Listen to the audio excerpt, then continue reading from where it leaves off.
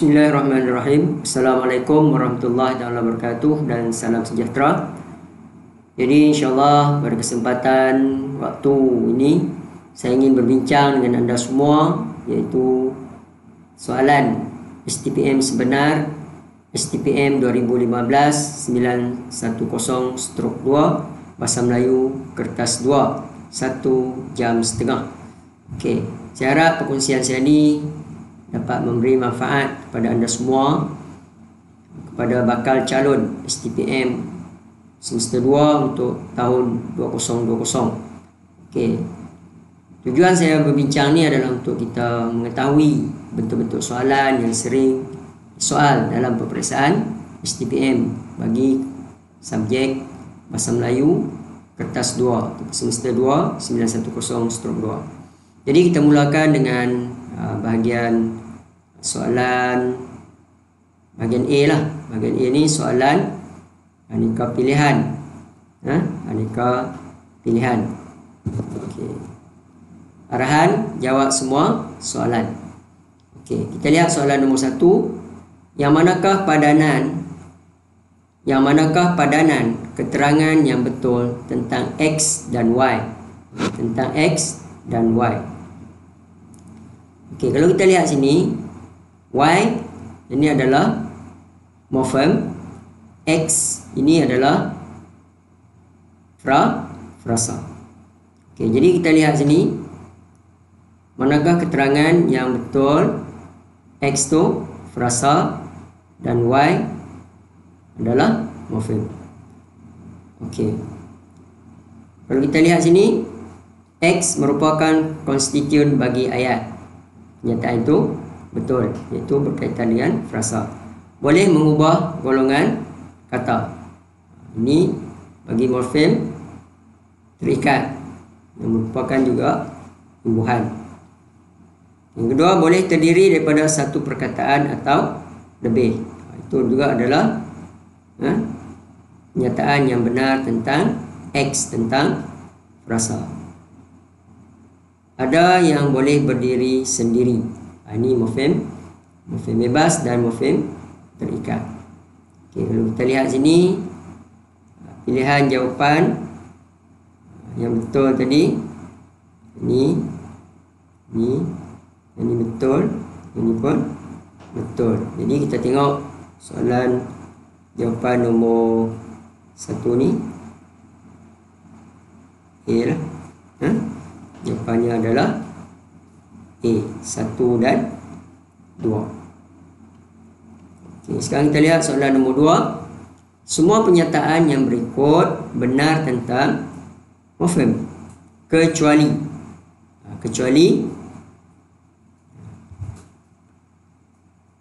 kita lihat dulu A, tidak semua morfem terdiri daripada kata, merupakan unsur dalam pembentukan kata.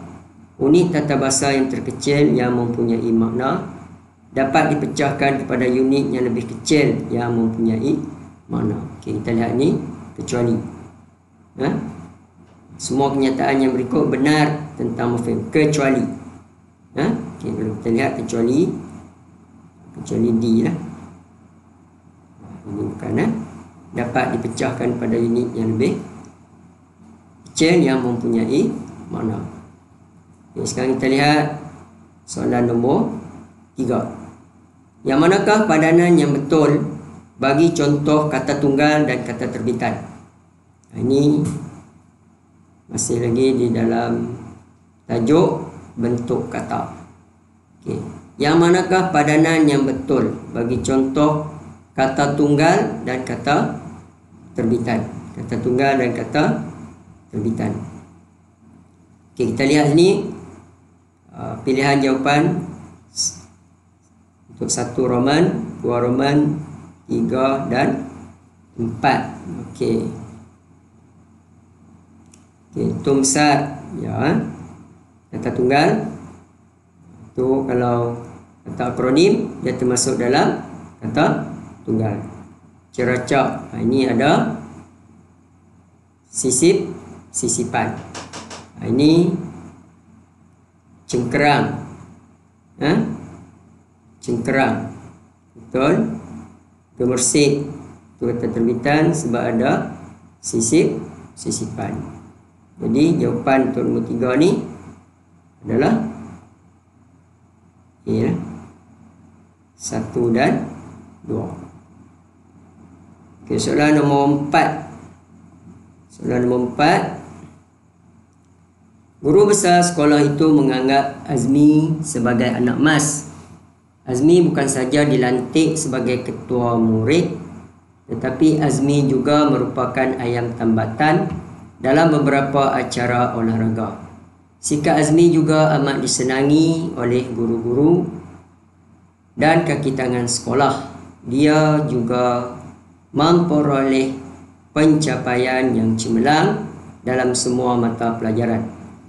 Okey, berapakah jumlah kata majmuk yang terdapat dalam petikan di atas? Okey, ditanya berapakah jumlah kata majmuk yang terdapat dalam petikan di atas. Okey, kita lihat yang ada kata majmuk. Di sini guru besar, anak emas, ketua murid, ayam tambatan, olahraga,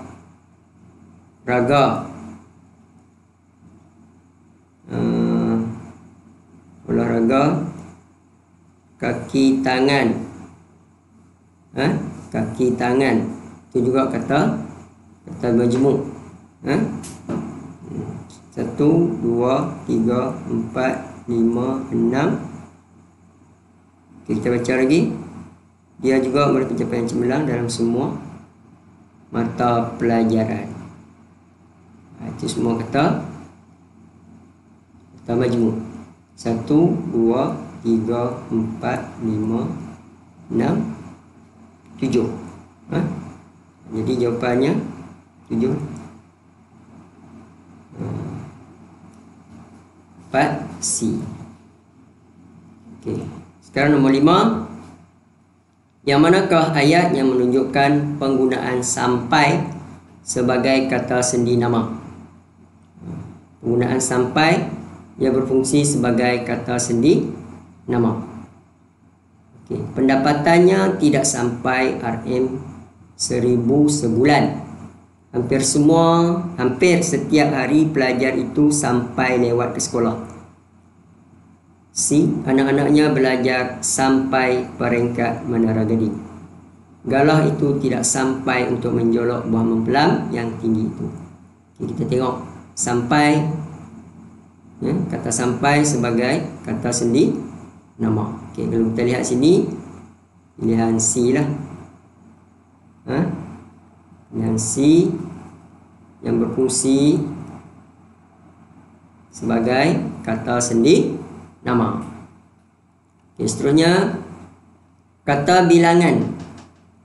Jenis kata bilangan, contoh penggunaannya dalam ayat. Okey.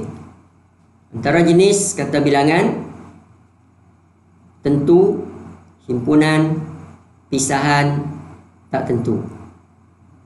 Okey, kita lihat dulu contoh penggunaan dalam ayat. Okey, kita tengok satu. Tentu. Contoh tentu apa?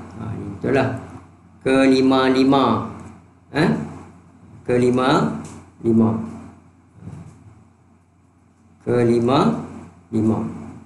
Jadi satu ni pergi ke P. Tentu. Himpunan.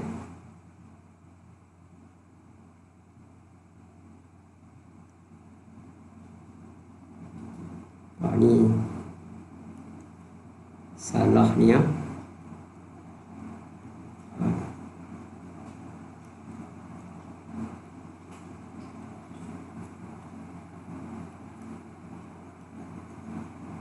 Okey, kita tengok semula.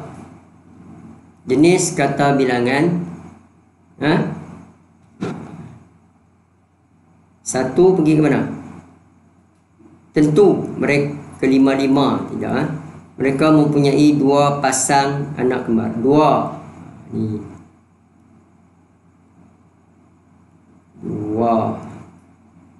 tentu pergi ke R. Mereka mempunyai 2 pasang anak kembar. Itu tentu. Satu pergi ke R. Himpunan, kata bilangan himpunan. 6.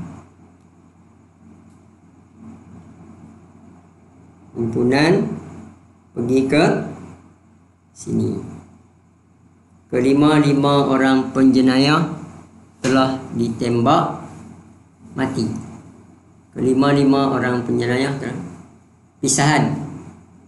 Mereka mempunyai 2 pasang anak kembar. 3 ni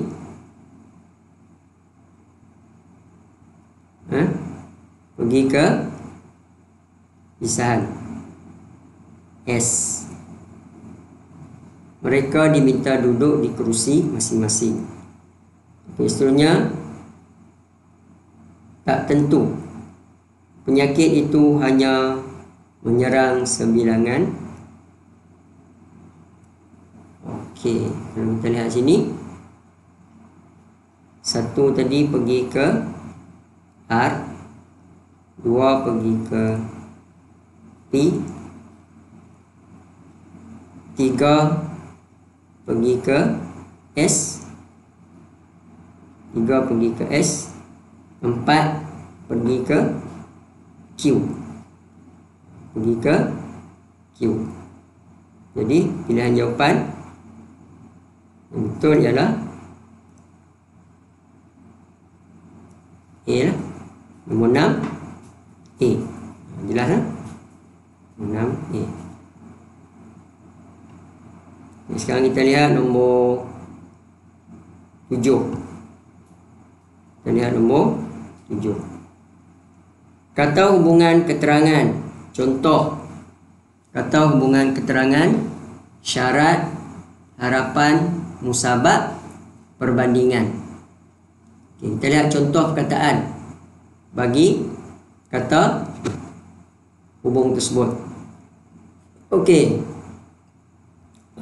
Kalau kita lihat sini, syarat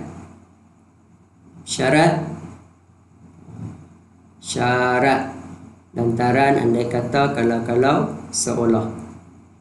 Syarat andai kata. Jadi 1 pergi ke Q, 1 pergi ke Q. Harapan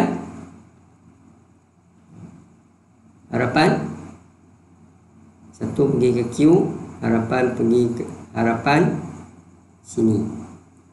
Kalau musabab,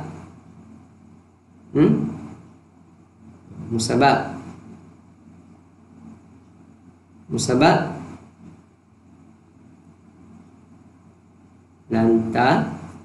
lantaran, perbandingan seolah-olah. Jadi jawapannya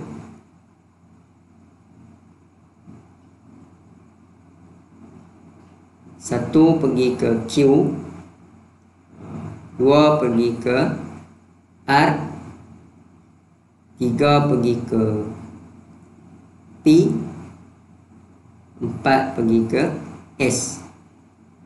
Jadi untuk nombor 7 pilihan yang tepat.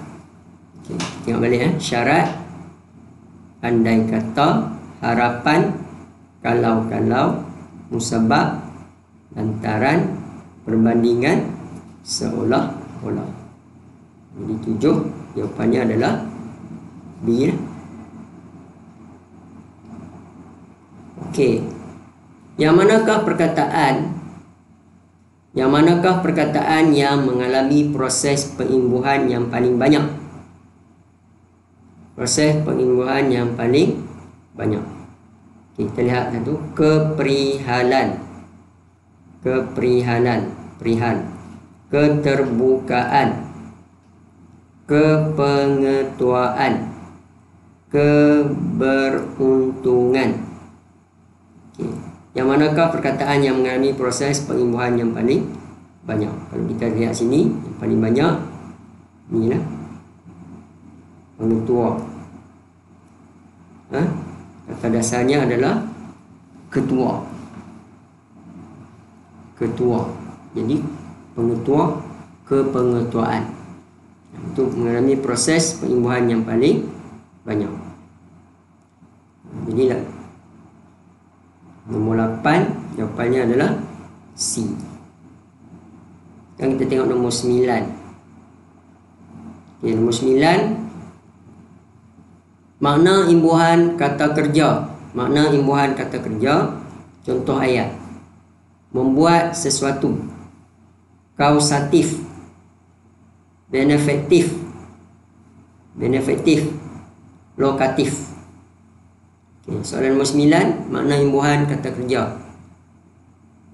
Makna imbuhan kata kerja: membuat sesuatu, membuat sesuatu. Okay, kita tengok di mana. Menteri itu memendekkan lautannya ke Kelantan. Pembantu rumah itu sedang membasuh pakaian. Membuat sesuatu. Kausatif. Apa maksud kausatif? Menandakan perbuatan yang menyebabkan sesuatu keadaan. Menandakan perbuatan yang menyebabkan suatu keadaan. Jadi kalau kita lihat sini, menteri itu memendekkan lawatannya ke Kelantan. Itu kausatif. Kausatif itu maknanya menandakan perbuatan yang menyebabkan sesuatu keadaan. Okey. Benefektif. Benefektif ni yang memberi manfaat. Yang memberi manfaat. Jadi emak membuatkan Ali segelas air bandung. Manfaatlah, emak membuatkan Ali segelas air bandung. Lokatif, menunjukkan tentang lokasi. Lokatif, sinilah. Rashid menziarahi orang tuanya di kampung. Di kampung. Okey, kalau kita lihat nombor 9 ni, jawapannya adalah 1 tadi pergi ke Q. Jadi jawapan sini A lah. Nombor 9 A. Okey, kita lihat nombor 10. Nombor 10. Yang manakah padanan yang betul antara jenis imbuhan dengan kedua-dua contoh perkataan?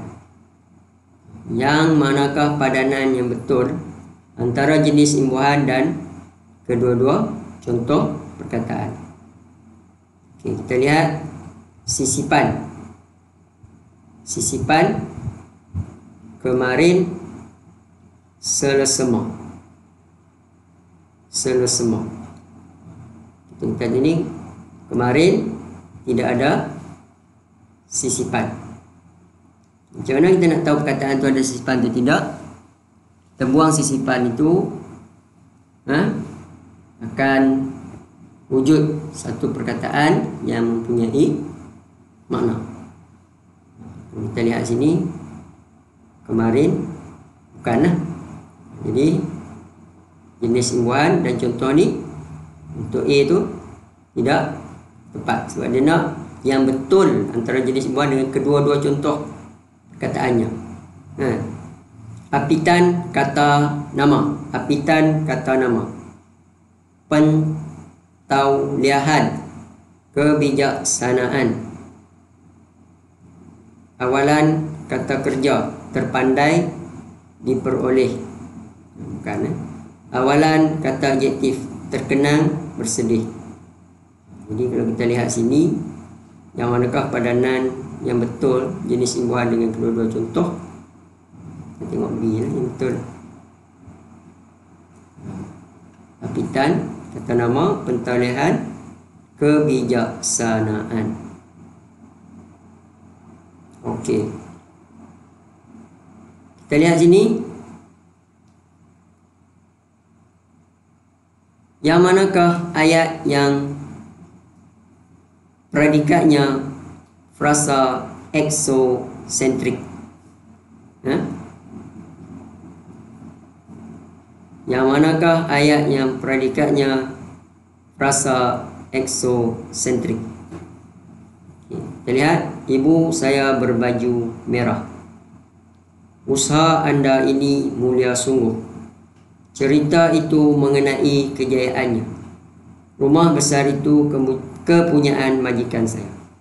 Okey, kalau frasa eksosentrik ini dia ada kaitan dengan frasa sendi nama yang kita tidak boleh gugurkan. Kalau gugur maknanya maksud frasa itu tidak lengkap. Okey, kalau kita lihat sini yang ada kaitan dengan frasa sendi nama C lah. 11 C. Cerita itu mengenai kejayaannya. Okey, nombor 12. Yang manakah ayat yang mengandungi frasa sendi nama? Yang manakah ayat yang mengandungi frasa sendi nama? Okey, kita lihat satu persatu. Baju kurung sekolah adik ada pada mak. Majlis itu berlangsung seperti yang dirancang. Kami belum lahir semasa peristiwa itu berlaku. Anis menghantar surat permohonan beasiswa melalui pengetua. Kita lihat, baju kurung sekolah adik ada pada emak. Itu frasa sendi nama. Majlis itu berlangsung seperti yang dirancang. Ini tak ada. Kami belum lahir semasa peristiwa itu berlaku. Pun tak ada frasa sendi nama. Kami belum lahir semasa peristiwa itu berlaku. Anis menghantar surat permohonan beasiswa melalui pengetua. Anis menghantar surat permohonan beasiswa melalui pengetua. Jadi kalau kita lihat sini, yang betul ni tadi 1 dan 4. 1 dan 4. Ini 12 B. Ya, yang manakah ayat yang mengandungi frasa sendi nama? Buku nafal lah. Semua frasa sendi nama yang ada di, ke, dari, daripada, semua tu. Okay, sekarang kita lihat soalan nombor 13. Yang manakah padanan yang betul antara frasa nama yang bergaris dalam ayat dengan fungsinya?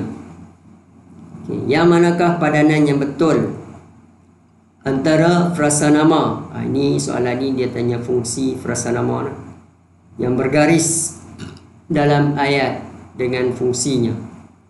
Dengan fungsinya. Okey, lelaki itulah guru kelas kami. Lelaki itulah guru kelas kami. Lelaki itulah guru kelas kami. Lelaki itulah, ini berfungsi sebagai predikat. Lelaki itulah berfungsi sebagai predikat. Lelaki itulah. Okey, baju kemeja ini selesa dipakai. Baju kemeja ini selesa dipakai. Jadi kalau kita lihat nombor 2 tu, pergi ke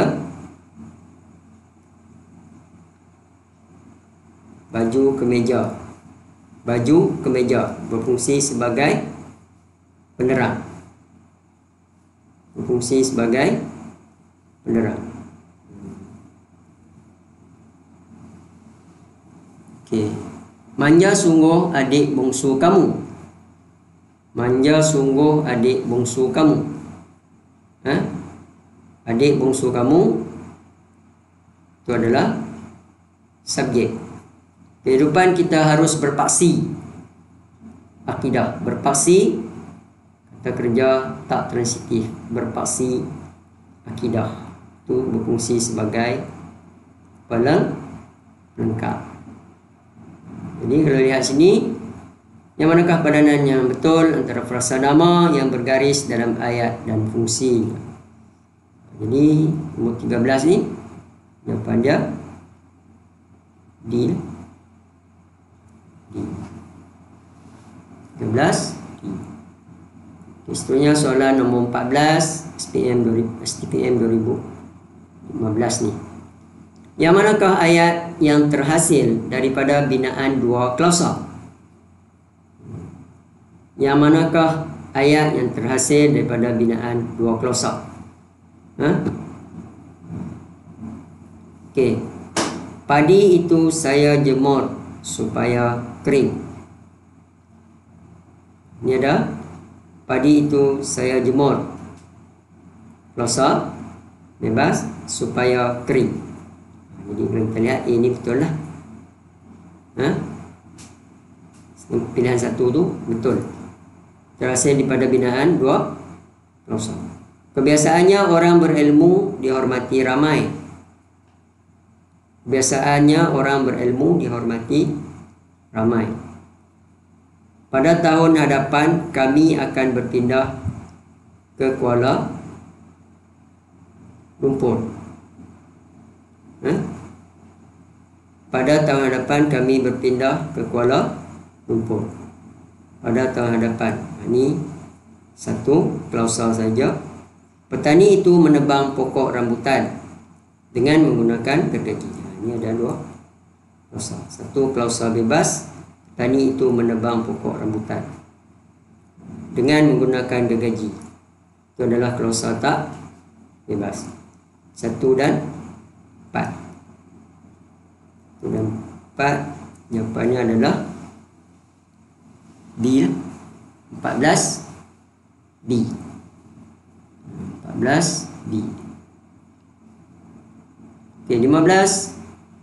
Yang manakah padanan yang betul antara pola ayat dasar dengan contohnya? Yang manakah padanan yang betul antara pola ayat dasar?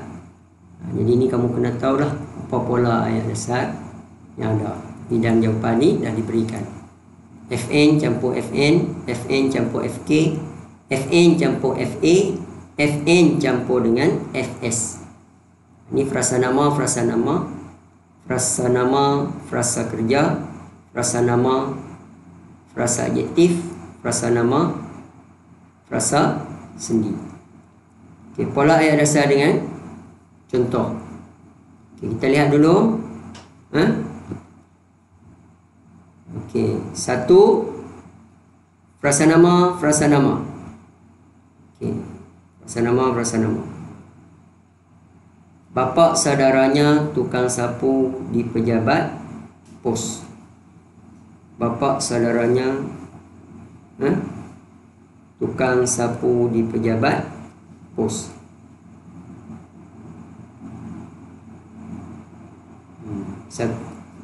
Jadi 1 ni pergi ke R.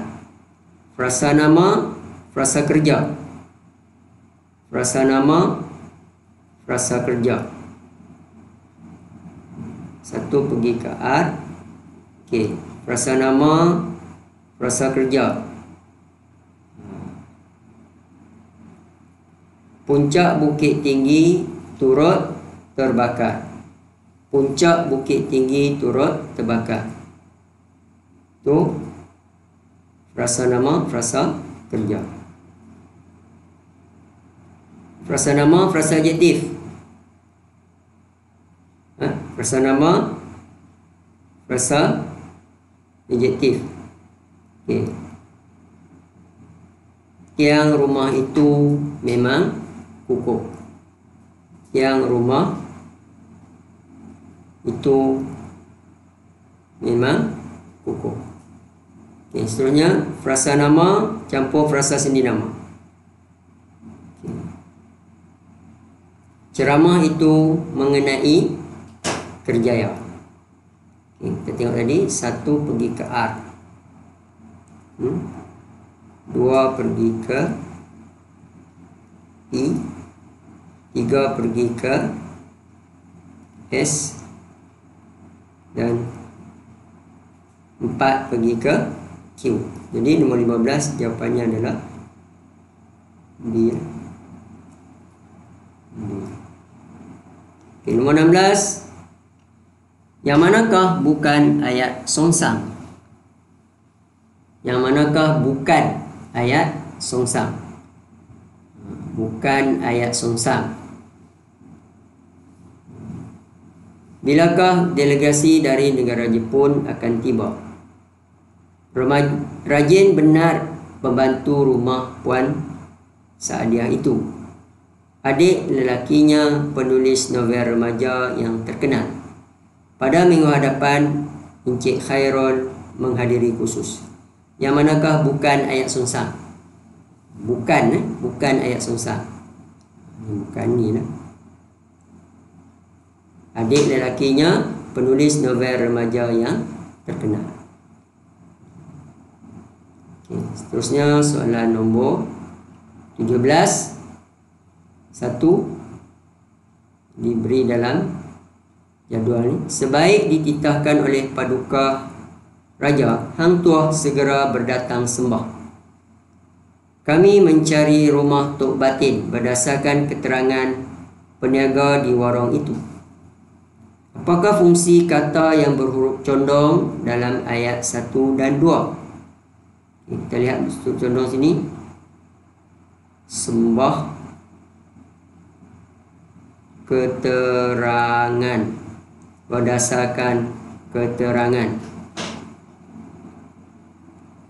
Okey.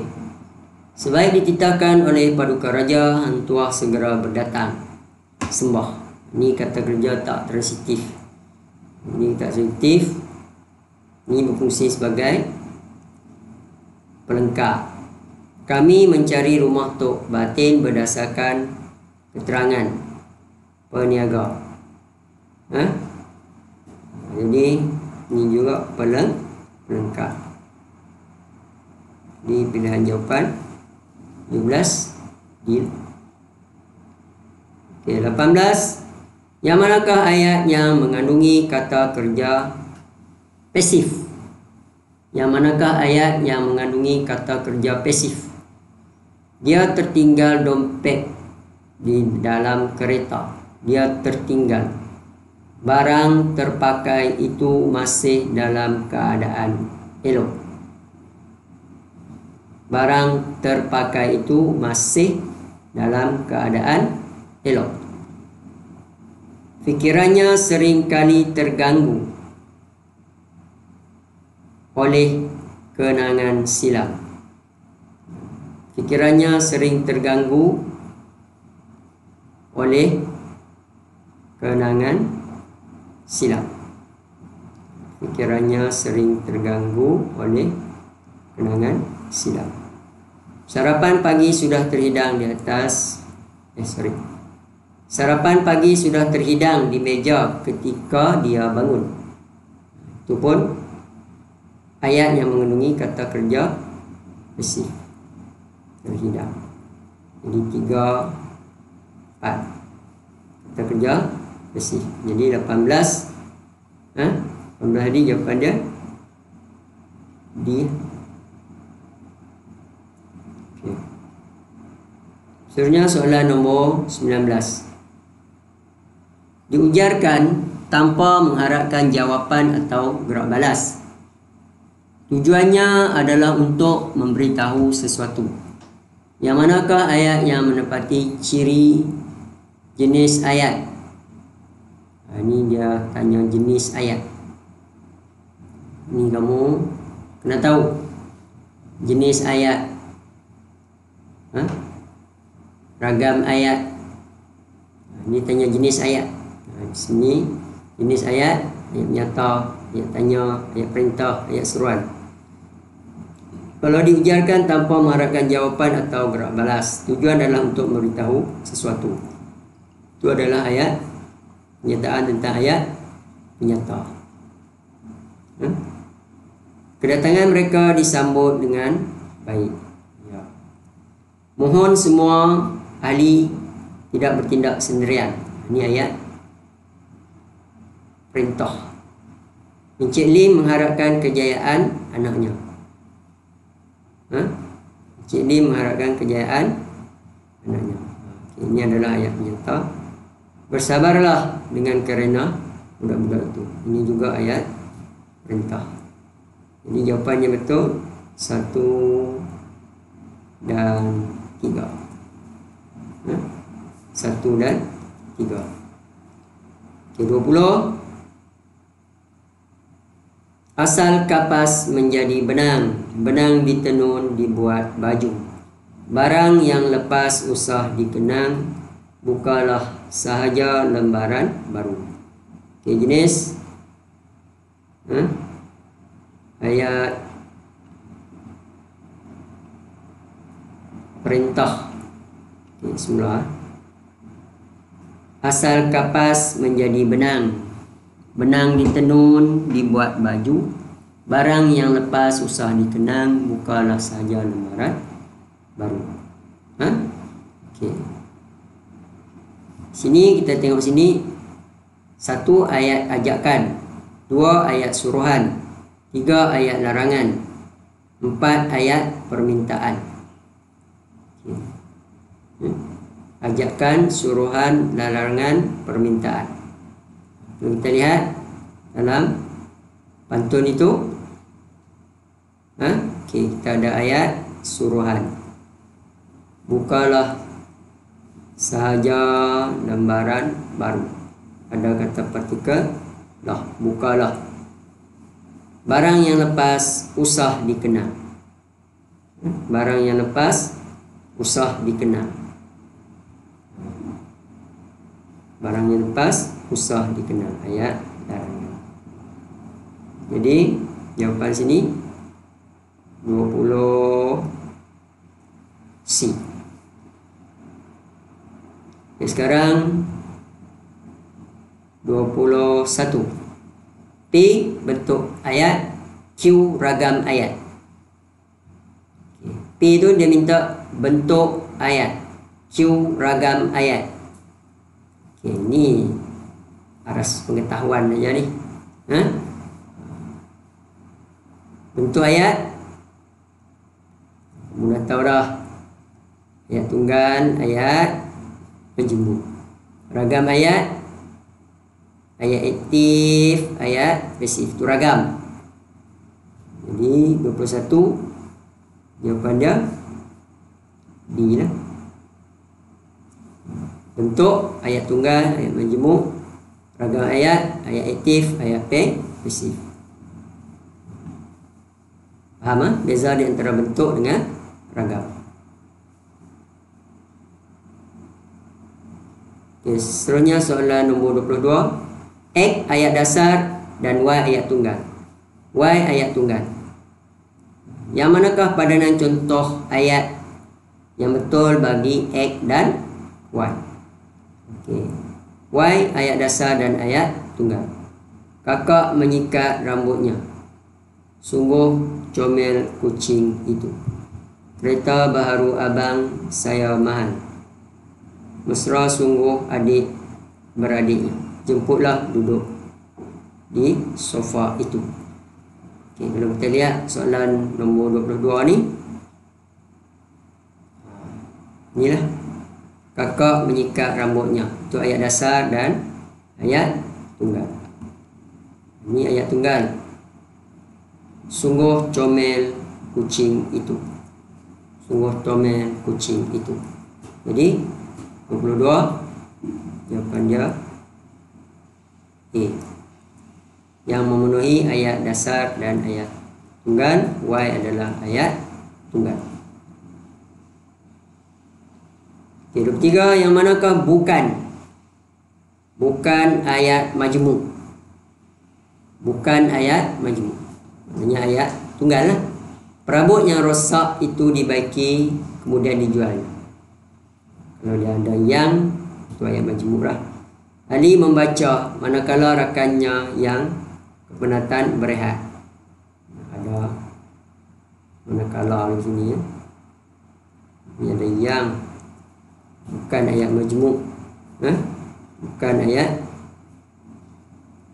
majmu'. Yang manakah bukan ayat majmu'? Ini ayat majmu'. Ayat majmu' setiausaha mencatat nama ahli yang hadir yang memerlukan kenderaan. Motosikal anak penghulu telah terbakar di tepi jalan pada minggu lalu. Yang manakah bukan ayat majmu'?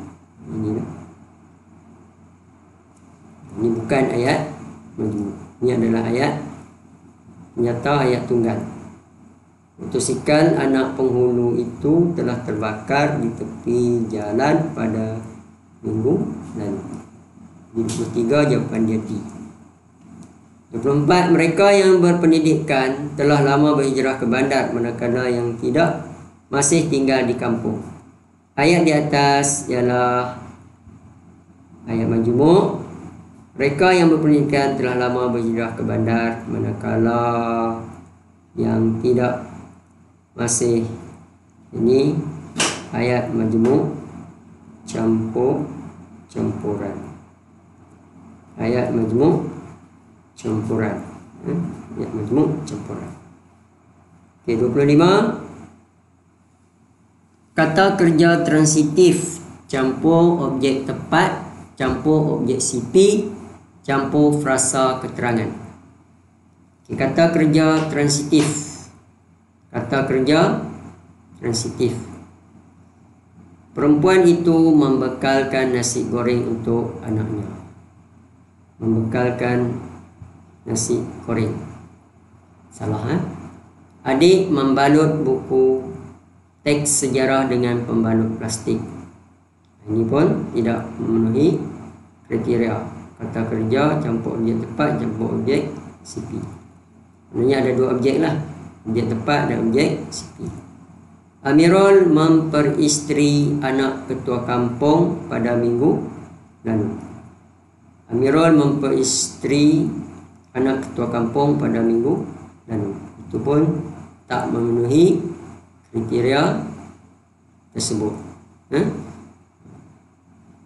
Cikgu Aminah mengajari kami. Kami objek tepat, objek CP bahasa Melayu sejak tahun lalu. Frasa keterangan. Jadi inilah 25 jawapan dia D. 25 jawapan dia D. 26. P. Memang sukar untuk seseorang itu menyelesaikan masalah secara bersendirian. Memang sukar untuk seseorang itu menyelesaikan masalah secara bersendirian. Q. Kami beranggapan bahawa masalah kewangannya sudah selesai. Yang manakah padanan yang betul bagi P dan Q? Padanan yang betul ini adalah ayat majmu' pancangan komplement. Ayat majmu' pancangan komplement. Yang manakah padanan yang betul bagi P dan Q? Kita tengok jenis apa. Memang sukar untuk seseorang itu menyelesaikan masalah secara sendirian. Itu ayat komplement frasa nama subjek. Ayat komplement frasa nama subjek. Memang sukar untuk seseorang itu.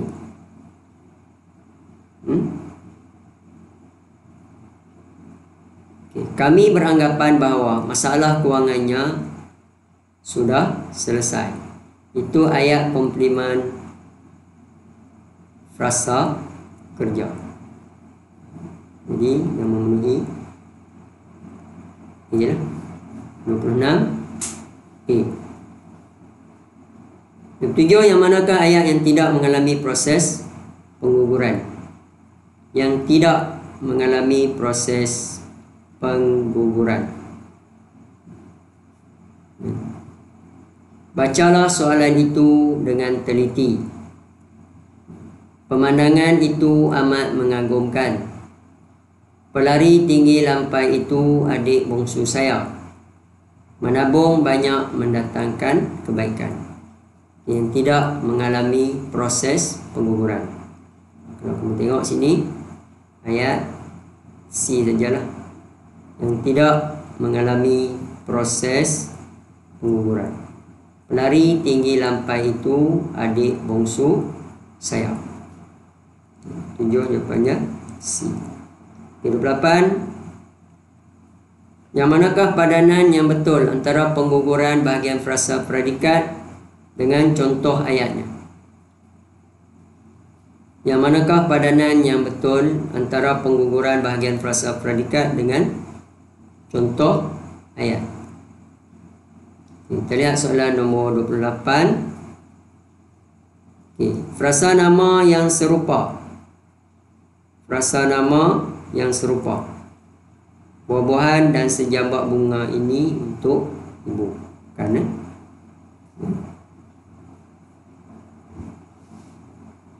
Kesopanan dan budi bahasa sangatlah mulia.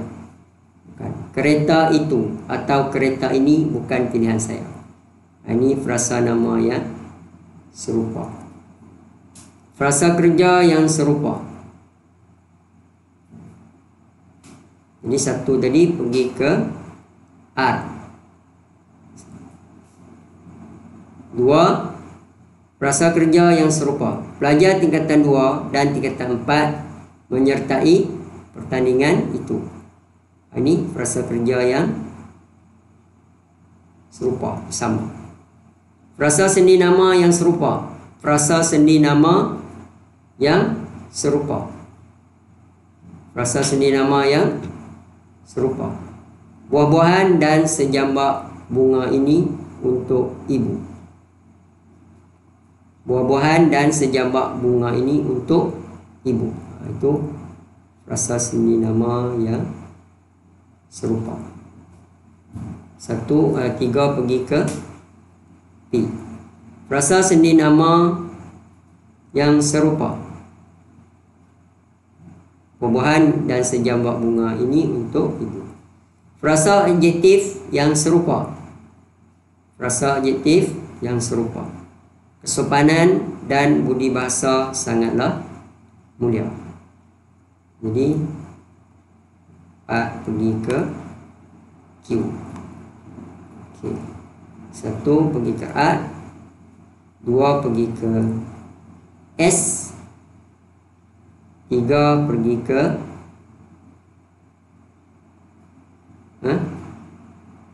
P. Dan 4 pergi ke Q. Jadi jawapannya 28 B. 29 ini tentang gambar rajah pohon. Yang manakah ayat yang menepati rajah pohon di atas?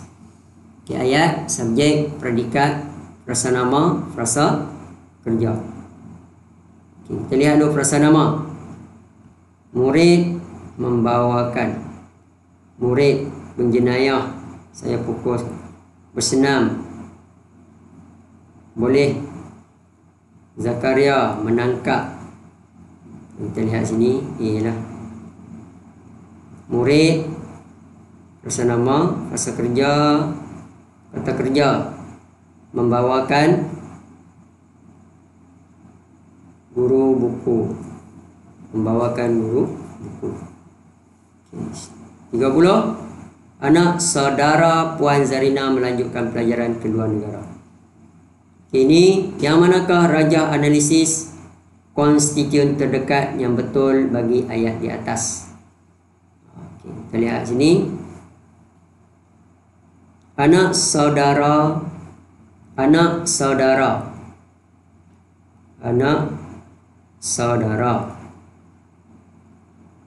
Puan Zarina, anak saudara Puan Zarina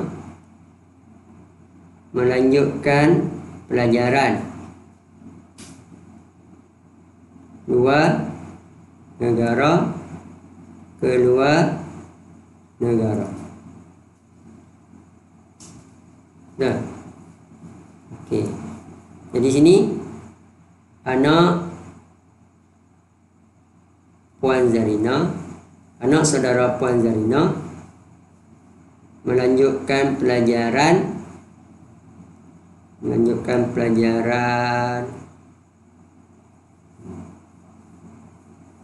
keluar negara. Jadi kalau kita tengok situ, kita dah lukis dia. Inilah pilihan jawapan D. Anak saudara Puan Zarina melanjutkan pelajaran keluar negara. Jadi 30 jawapan dia D. Jadi itulah perbincangan untuk bahagian A, aneka pilihan. Aneka pilihan sebanyak 30 soalan objektif. Jadi itulah soalan STPM sebenar tahun 2015. Jadi perkongsian ni saya harap anda dapat mengambil manfaat lah.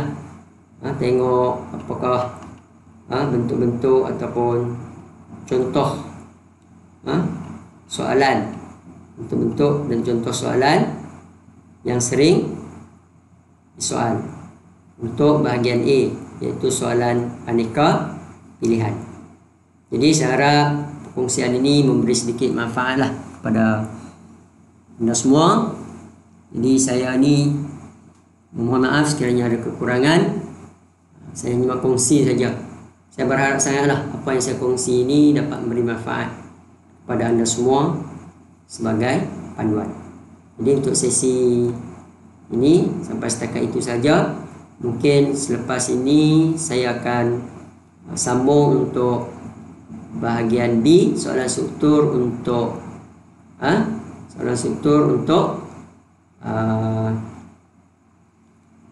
bahagian B, soalan untuk STPM 2015. Sekian, terima kasih.